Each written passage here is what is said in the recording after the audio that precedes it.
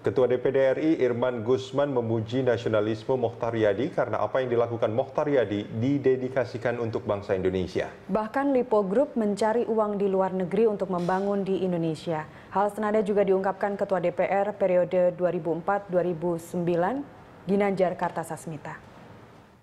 Bahkan beliau ini juga termasuk orang yang melawan Belanda di tahun 47, karena Belanda mencoba kembali lagi masuk untuk mendirikan negara Indonesia Timur, dan beliau ditangkap.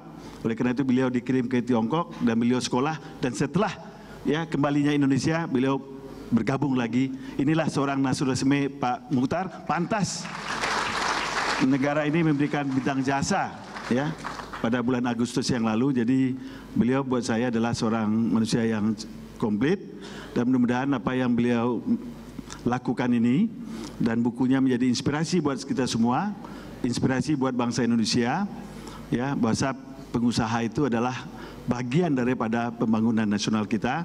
Sepanjang pengusaha itu betul-betul mendedikasikan semuanya buat bangsa dan negara.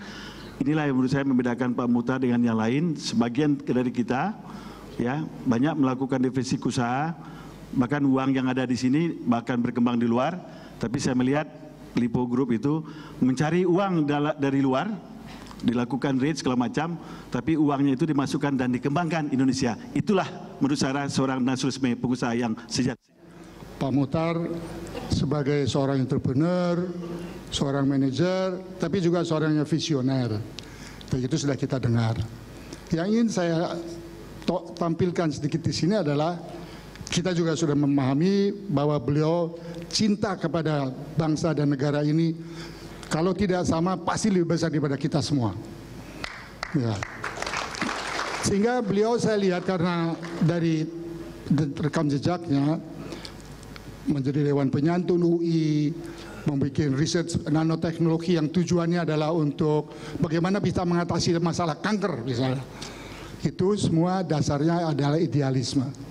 Jadi kita memahami bahwa Pak Mochtar bukan hanya seorang yang mendedikasikan dirinya kepada bisnis dan membesarkan bisnis, dan itu lumrah dan itu baik, karena negara tanpa bisnis yang kuat tentu tidak akan kuat.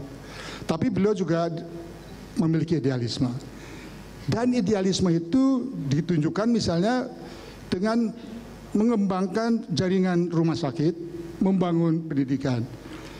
Dan saya tidak melihat ada kelompok usaha lain yang melakukannya seserius seperti Pak Mochtar, dengan sungguh-sungguh, sehingga kita bisa melihat idealisme beliau itu juga bisa mempunyai nilai komersial, sehingga jaringan rumah sakit dari grup Lipo ini menjadi kegiatan yang betul-betul menguntungkan buat perusahaan. Itu jarang sekali kita bisa pikirkan. Tapi di samping itu, beliau juga mengembangkan sistem rumah sakit untuk orang yang tidak mampu.